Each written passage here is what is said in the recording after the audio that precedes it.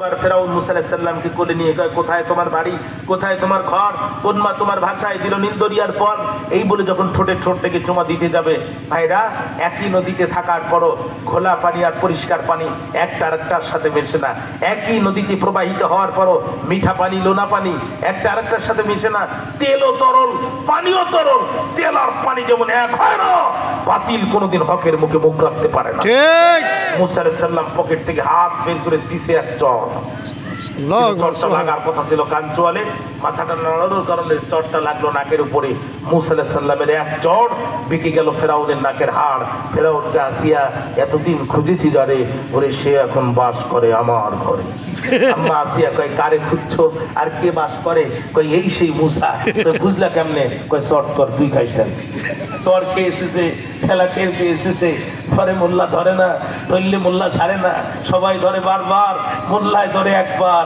মোল্লা ধরে ধরেছে, ওরে দেশ পার করে দিল্লি নিয়ে ফেলেছে, ঠিক না?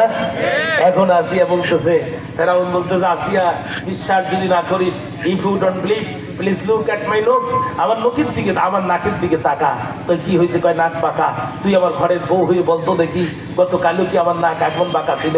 আসিয়া কয়, তুমি তো লোকই বাঁকা। কয়, না রে আসিয়া, তো বলে লোকের নাক কেমনে বাঁকলো? কয়, এই পিচ্ছি থাবা দিছে আর আমার নাকের হাড্ডি বেঁকে গেছে।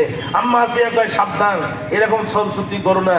বলছে, আসিয়া তুই বুঝিস না, যে কাটা ধার হয় তার গোড়া দেখলে বোঝা যায়, যে বিড়াল শিকারী হয় তার গোপ দেখলে আন্দাজ করা যায়। এই পিচ্চির থাবায় বলতেছে এর নাম মুসা, পরিচয় গোপন করে আমার বাড়িতে থাকবে, এখানেই বাস করবে, এখানেই বড় হবে, গোপনে দাওয়াতি কাজ করে। হঠাৎ করে একদিন রাস্তা বন্ধ করে দিয়ে বলবে, আলা লাহুল খালকু ওয়াল আমর, কারোর আইন মানি না, জমিন আসমান যার, হুকুম চলবে তার।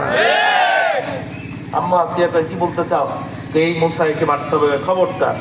1 নম্বর ক্যান্টনমেন্টের মারামারি, 2 নম্বর তোমার সংসারের গোষ্ঠী মারি। এখন